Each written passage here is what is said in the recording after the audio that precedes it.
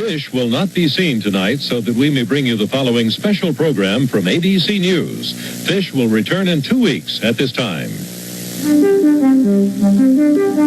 This is an ABC News special report with Roger Grimsby in New York and Barbara Walters in Washington.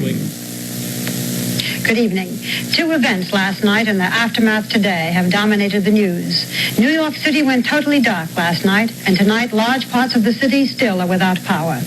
And a U.S. Army helicopter strayed over the demilitarized zone between South and North Korea and was shot down by the North Koreans. 3 Americans were killed and a 4th wounded and captured. We'll tell you about that and about how the White House handled the potentially explosive incident later in this program. Today, the lights were coming on again in parts of New York City, and the citizens there are just beginning to calculate the tremendous cost in confidence and in dollars of last night's total blackout. We have several reports on that. First from New York, Roger Grimsby. The clock stopped exactly 24 hours ago, along with just about everything else here in New York. The only lights were automobile lights, otherwise the Great White Way was pitch black. Broadway theaters and restaurants closed up while you could eat by candlelight. It was very difficult to cook by it. Thousands were stranded in the city when airlines, commuter trains, and subways were knocked out of service. Thousands of others, all ages, took to the streets just for the fun of it. After all, New York City gets blacked out only once every 12 years. And there were thousands of others who took to the streets to plunder and to pillage. Over 2,500 looters and vandals arrested during the first 8 hours of the blackout. Many more got away. The looters concentrated on small businesses, mostly in the poorer sections of the city, where unemployment and crime are chronically high. There were more than 40 serious fires. 2 firemen died. Some of the fires were deliberately set. Compounding the problem, false alarms, 1,100 of them. Mayor Beam summed it all up by calling it a night of terror. How did it all begin? On one of the hottest, steamiest nights of the year in New York City. Well, to the north, towering thunderstorms jolted the rich suburb of Westchester County. Lightning knocked out transmission lines, setting off a cascading series of power station failures. And lights began flickering for 10 million residents in the metropolitan New York area. No lights, no refrigeration, no appliances, no air conditioning, no television, no elevators, and in some of the worst cases, no water. The city was closed down for the day. Things are now taking a turn for the better since it all began 24 hours ago. Don Farmer has details. Right now, the power people tell us that they have restored service to at least 90% of the metropolitan area. But that still does leave several 100,000 New Yorkers sweating, many in the dark, many without water. But the good news is that things are getting better every hour. We are told just a few moments ago now that the power has gone out again in some portions of the city which had been restored to power earlier in the day. Part of Kennedy Airport is dark again, we're told, and at least 3 other neighborhoods in the borough of Queens are dark again.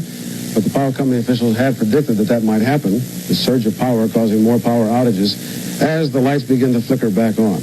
But we can tell you now that things are getting better every hour. Most of the trains and buses and planes are running. They're in business, if not always on schedule. Most of the radio and television stations and newspapers are operating again. The electric company now says its educated guess, its hope is that full power will be restored to the entire New York area by midnight tonight. The political leaders already are into some hot arguments over who's to blame for all of this, but the worst of the real crisis seems to be over now. Still, this has been a miserable day for millions of New Yorkers. The problem which began last night did not burn off with the sunrise, and many of those people who could sleep, many of them could not, but those who could awoke to discover that there was more hot... The problems which began last night did not burn off with the sunrise. Many of those people who could sleep awoke to more hot, muggy weather and more troubles. The power had not been restored to at least half the affected area. And the troubles were compounded by the troublemakers, the looters, the thieves. By mid-afternoon, more than 2,700 persons had been arrested, most of them for looting. 1 policeman had been shot. As many as 78 policemen have been injured so far.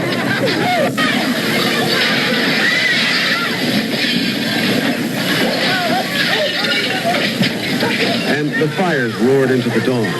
650 separate fires in the city by late afternoon. 2 persons died in them. More than 40 firemen were injured. But the peaceful people tried to maintain a tenuous routine, doing something silly, but needing to do something as they waited, frustrated.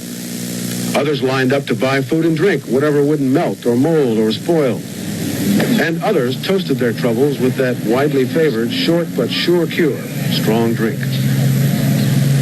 And those who hardly ever worry about anything didn't worry about this.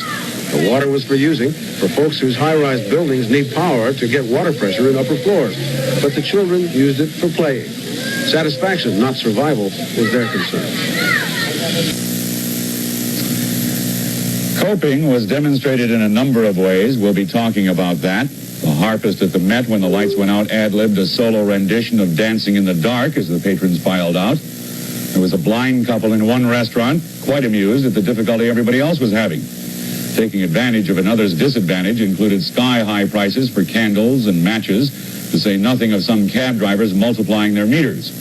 One of the sad commentaries was the fact that some people in stalled subways refused to leave the cars. The reason? They were afraid to walk on the darkened streets. The Bronx district attorney canceled his news conference today. He was to have announced indictments on people charged with stealing power from Consolidated Edison. But just remember this. From now on, if you ask a New Yorker, where were you when the lights went out? Be prepared for the answer. Which time?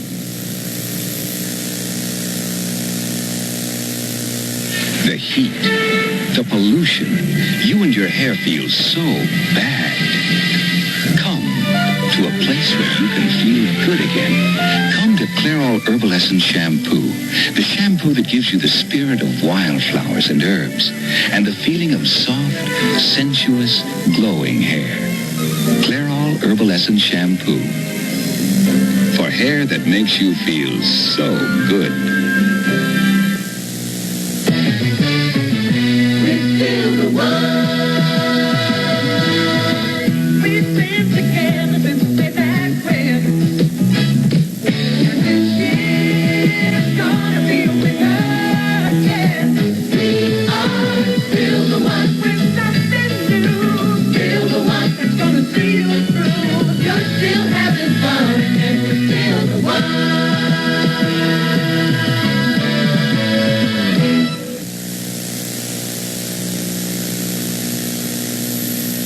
Coping was easy for some people who live in the right part of New York City. ABC correspondent Jim Mitchell has this people story from the crisis.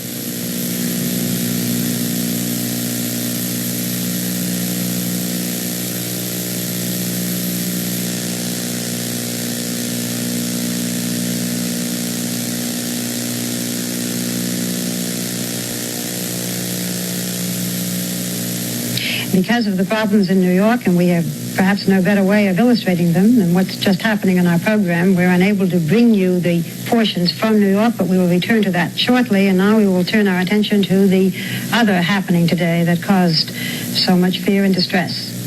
First, just to continue here, President Carter today ordered a fast investigation into the causes of the blackout. The chairman of the Federal Power Commission, Richard Dunham, ordered the commission staff to report its findings within 2 weeks. And that's fast as investigations of this kind go. Earlier today, I talked with Mr. Dunham. Mr. Dunham, people in New York were not warned of this. It happened suddenly. Yet the first instance was at 8:30. Couldn't Con Edison have called the television stations and said, put out an alert immediately, tell people to turn off their lights, tell them to be prepared?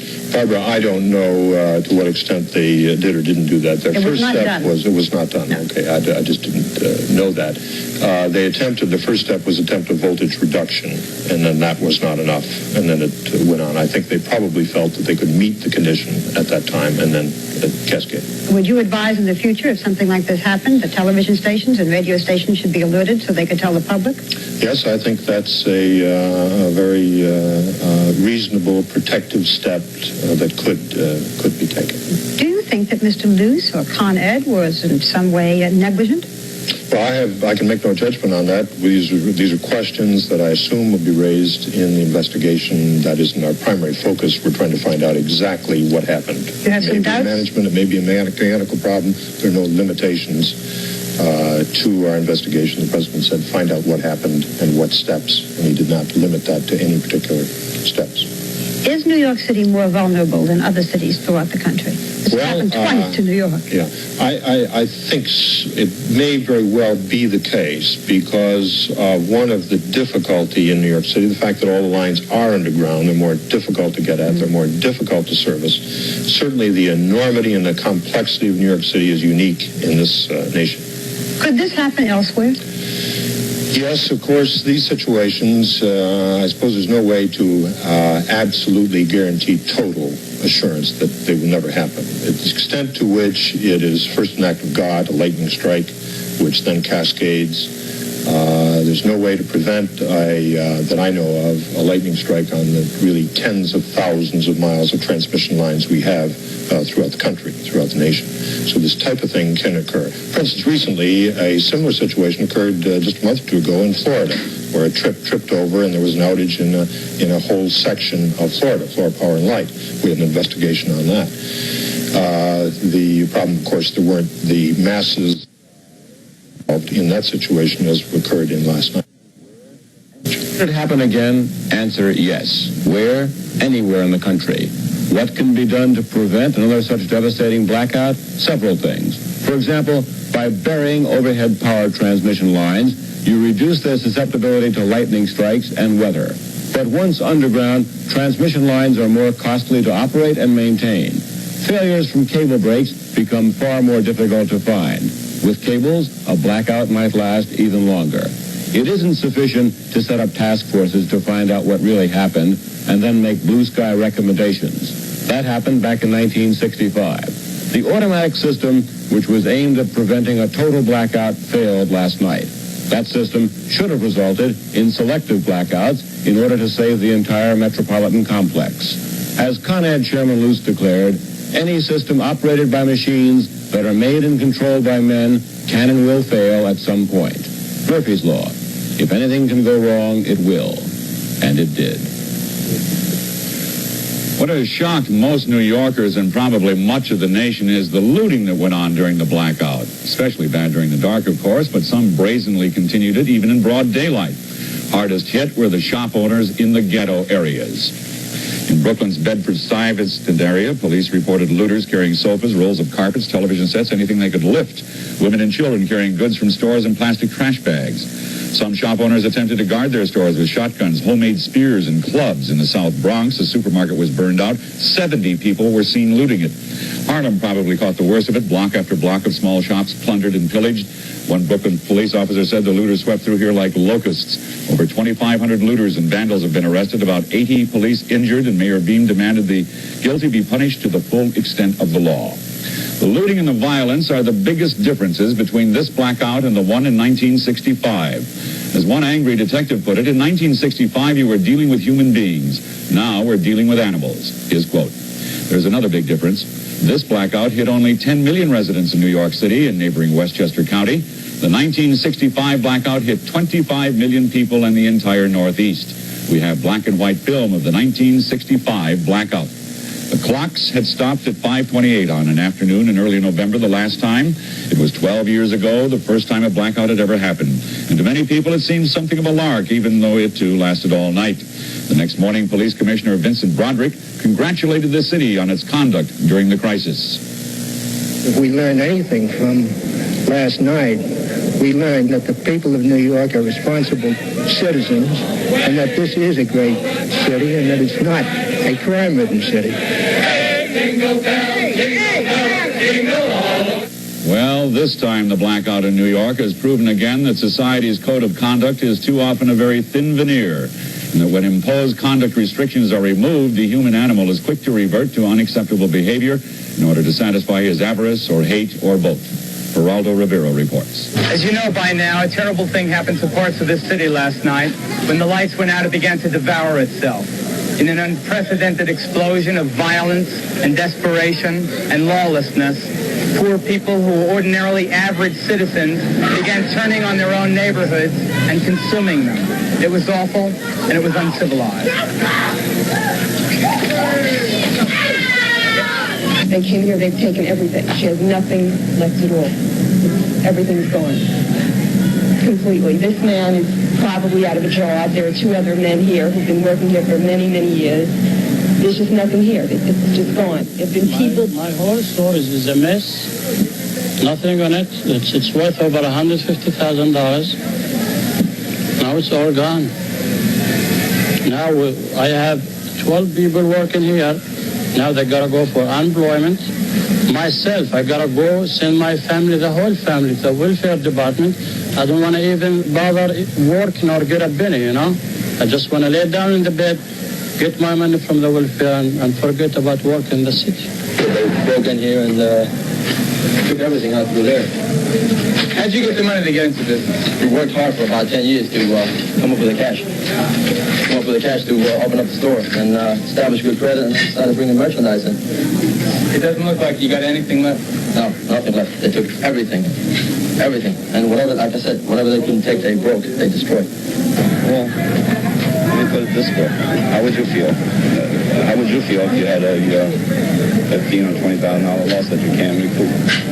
But on the streets right in front of the stores they had earlier trashed and looted, nobody was apologizing. The system, so far, like the way things are with everybody on welfare, we ain't got no goddamn jobs and whatnot, right? The little bit that we got, for us, it was worth our while. Like, I feel like this.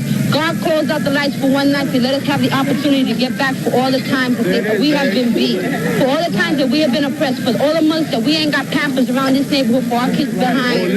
But we got Pampers now, baby. Now we got Pampers. Tonight, thousands of tenement apartments like this one are filled with stolen merchandise and attempts at justification. Scotch, you got gin? Yeah. You got this Panasonic here? Yeah. This electric fan? Yeah. Chicken? Yeah. Pictures? Yeah. A stereo set? What's this? Where's this liquor store? Where'd this come from? Where'd this all come from? I got that from a kid. He's coming down the block. I gave him $2 for it. $2 for a case of vodka? Yeah, last night. He's a tank. He don't care. But there's no money out here. More gin? What's this? And wine. All right. I got some furniture from my house. As you can see me in my house. You mean the couch and the chair? You know. So I got me a couple of quilts and whatnot. I got marble top tables and crib. You know. I wish I could have got a color TV. Okay. I want to know why you did it. Why did you take this stuff? Because number one, I'm uptight. I don't have a job. I don't have any kind of money. You know, and when the opportunity came, I felt it was something, man, that didn't just happen by fate. I felt that, you know, it was time for the people to get the money. I think God had a little something to do. The lightning bolt was something. I heard a lightning bolt flash hit and knocked out or whatever. But I mean, what right do you have to take someone else's stuff, though? That's what I got to ask you. They've been ripping us off for I don't know how long. New York City has always been a city that at the same time was both very rich and very poor. Well, last night the very poor used the blackout as an excuse for an orgy of revenge and lawlessness. And one wonders whether this city will ever be the same again. From Burnside Avenue at 180th Street in the Bronx, I'm Geraldo Rivera, ABC News in New York. Times of crisis tend to bring out either the best or worst of people, and in New York, as you see, it has been both. Another people's story, more pleasant. We try again for the report of ABC correspondent Jim Mitchell. For 85-year-old Sonia Green, living without electricity has not been easy. But like most people in her East Side Manhattan neighborhood, she quickly learned to adjust. Mrs. Green's neighborhood is typical of those parts of New York which were without electricity the longest, a mix of high-rise tenements and small shops. The lack of an operating elevator was among the biggest problems faced by most residents here. Those living on the higher floors either had to stay isolated in their rooms or use the long and darkened flights of stairs, particularly difficult for the elderly. But for the small businessmen just around the corner on 3rd Avenue, the electrical stoppage was more serious.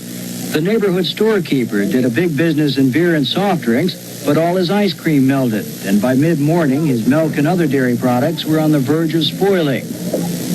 But the hardest hit was a restaurant owner down the street.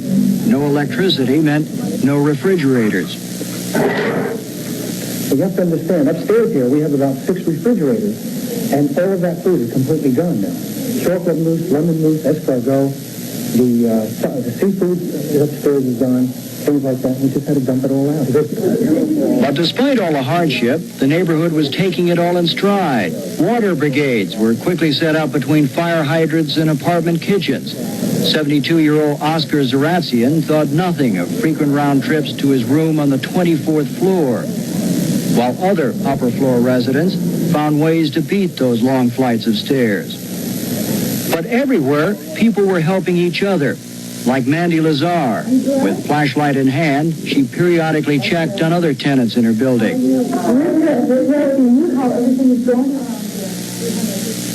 One group of neighbors even felt there should be power outages like this one more often. Last night was really nice. You see everybody coming out and helping each other and directing traffic, and people that I never spoke to, we got together and started, talking, That's what the city needs now and then, something like that. Once a year, maybe we should do this once a year. But for most New Yorkers, it was a holiday, a time to gather in the street or to sunbathe on the rooftops. But most of all, it was a time not to get upset, to make the most of a bad situation. Jim Mitchell, ABC News, New York.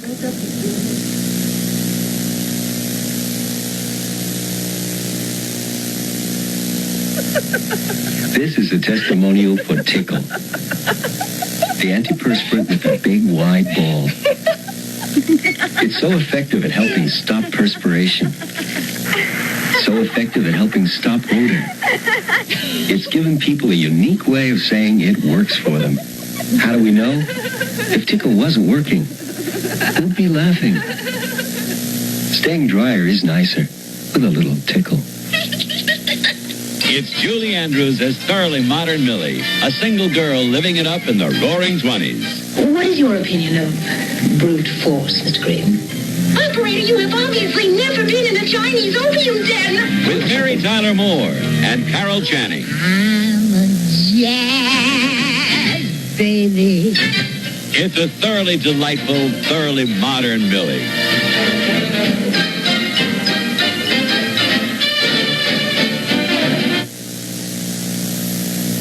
It was suddenly a serious, possibly critical situation last night when a U.S. helicopter used primarily for hauling cargo, like this one, was shot down after it wandered into North Korean airspace last night.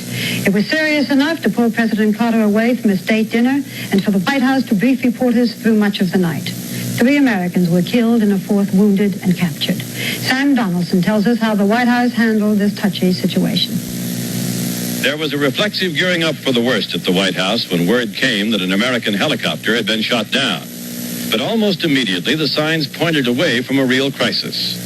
The president learned in his initial briefing that the helicopter had been downed over North Korea. It was evident that the North Koreans hadn't crossed the demarcation line themselves. So the White House tried to strike in its first statement a tone that was both sober and conciliatory.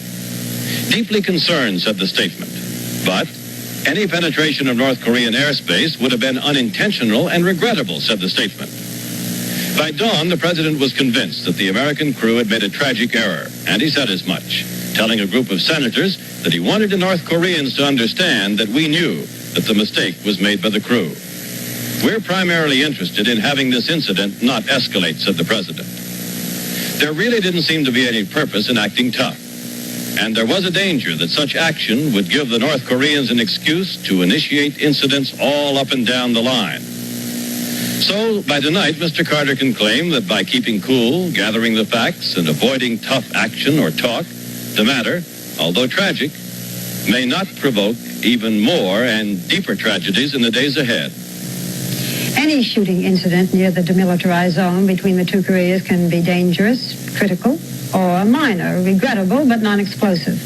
We forget that North Korea and the United Nations, speaking for South Korea, have been negotiating a peace for 24 years. In that time of sporadic talking, there have been more than 2,000 shooting incidents, and 5 U.S. planes have been shot down, counting last night's. Irv Chapman tells us about the importance and danger of such events. There's been a long series of incidents across the truce zone, not always involving Americans or aircraft. Those captured were often held for long periods, so they and U.S. officials admitted criminal guilt or espionage. In 1963, 2 helicopter pilots were brought down. 1968, the intelligence ship Pueblo and its crew of 83. 1969, an EC-121 airplane shot down. Later, 3 helicopter crewmen captured. Last year, 2 U.S. military guards killed attempting to trim a tree. Every time it happens, there's a threat of phenomenal escalation. 2 of Asia's biggest armed forces face each other, men, tanks, and planes with a formidable armory of firepower and powerful allies to supply more. This is Irv Chapman, ABC News, Seoul. Incidents of planes being shot down have occurred before in our history. But the point of the Korean happening is that a country can choose the way it wants to react to an incident. In a hostile atmosphere, the death of 3 American soldiers could provide the basis for the most intense and severe retaliation. But when it serves a nation's purpose, it can smooth out the affair. Call it an accident, a mistake, a lesson to remember. Roger? Well, it's another hot and humid night tonight here in New York City. New York police are hoping for the best, but they're prepared for the worst. Governor Carey has sent in some state troopers to help keep control of the city. We can report that 90% of the power is now back on in New York, and that might discourage some of the looting. But nevertheless, all preparations have been taken. In addition to the looting and the vandalism, there have been fires, one fire after another. The total is now 650 fires in New York City. And as a result of that, there have been 2 deaths, none of them firemen, but 40 firemen have been injured as a result of those fires. A blackout crisis like this in a city like this produces a combination of lunacy and larceny, heroism and histrionics. It also underlines urban America's close to total dependency on technology. There were no elevators, no refrigeration, no trains, no gasoline pumps pumping, no water, no lights. The utility calls the lightning cause an act of God. However, if one day our conventional sources of power, including electricity, run out, that will be an act of man. I'm Roger Grimsby in New York. Good night.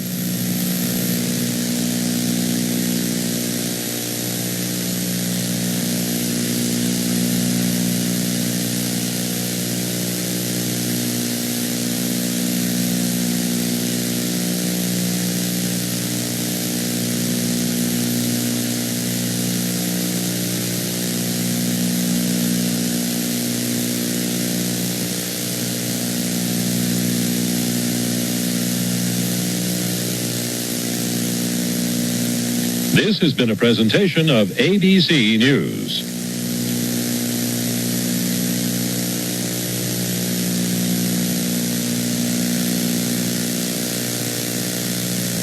Waited through the long night. Dawn on the morning of July the 14th was a welcome sight. The blackness of a starless night was slowly illuminated by a bright sun. But the light of day didn't improve what we saw. It brought home the sickening reality that some New Yorkers had taken advantage of the city's blindness. They ran through the streets in an orgy of robbery and arson. It's impossible to describe the pandemonium on the streets of Harlem, the South Bronx, or Bushwick. But if you had driven with us that day, this is some of what you would have seen and heard.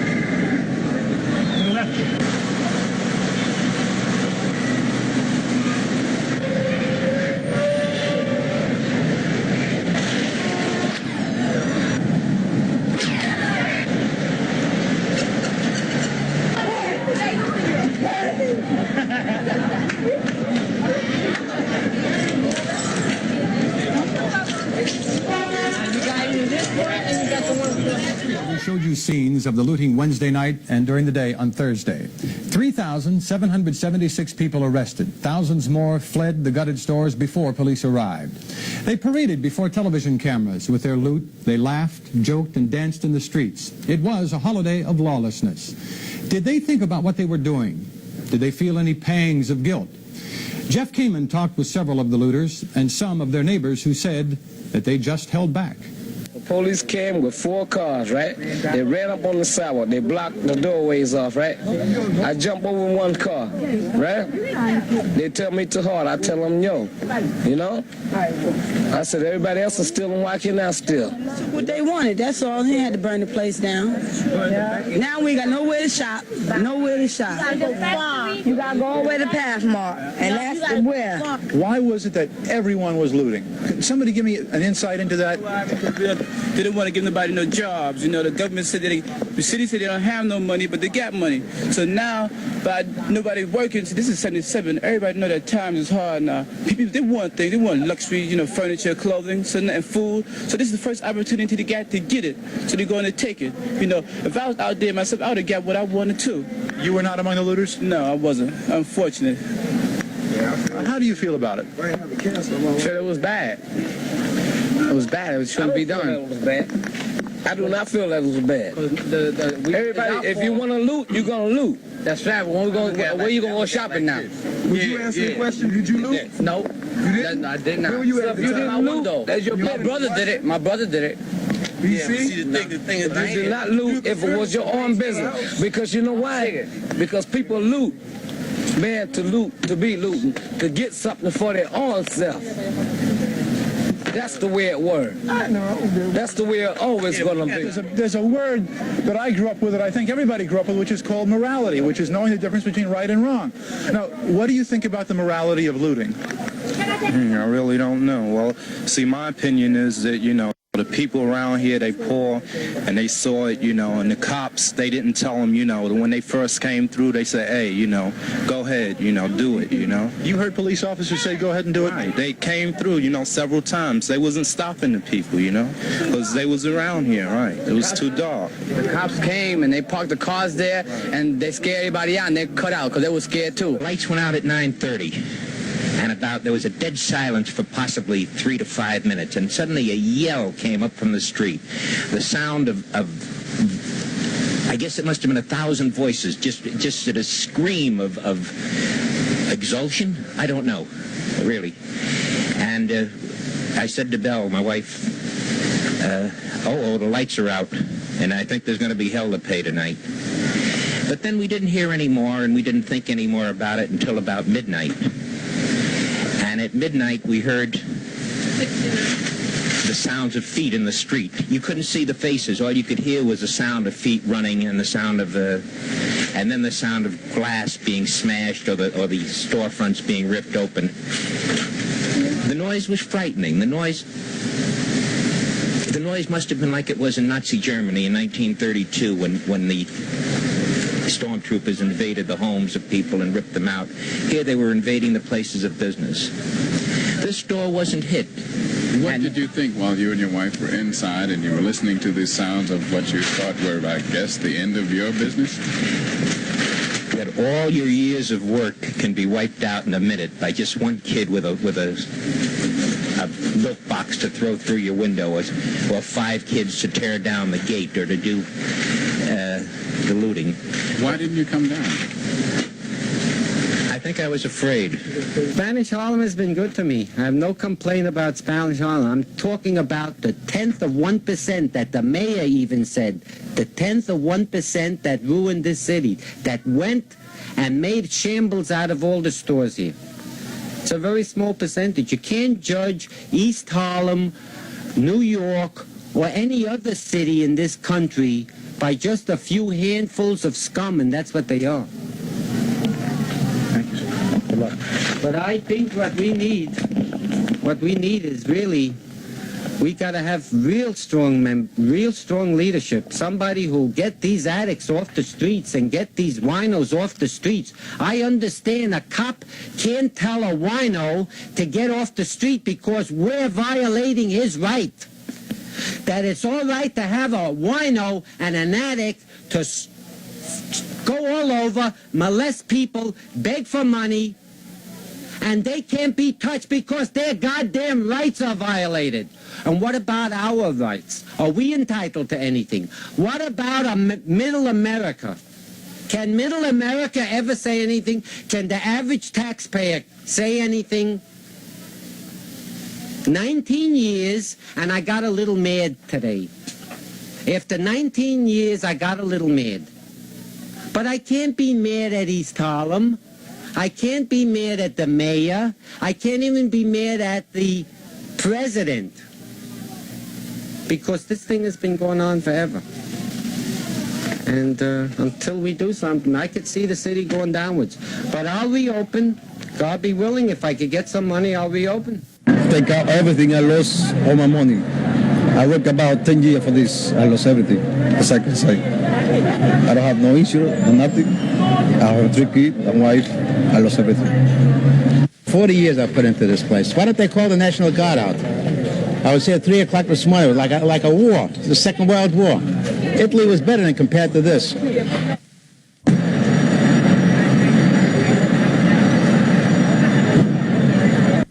when you got a lot of poor people that's got nothing, you know, they get a chance like this to take something, they're going to take it.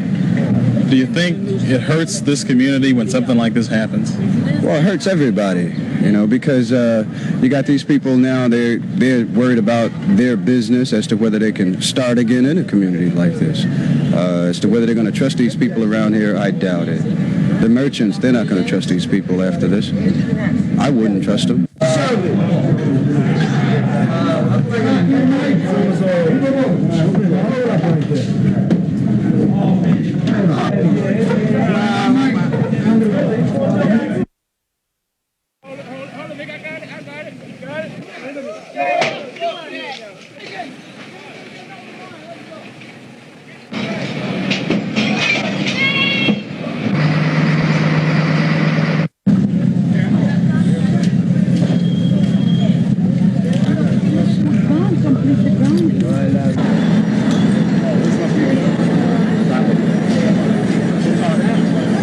This is your livelihood. It's all, you know, in the store. You know, all your money is in the store, and now it's gone.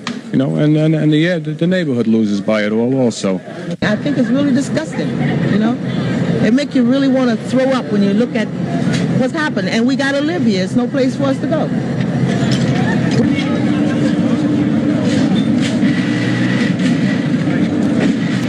In the morning after the blackout.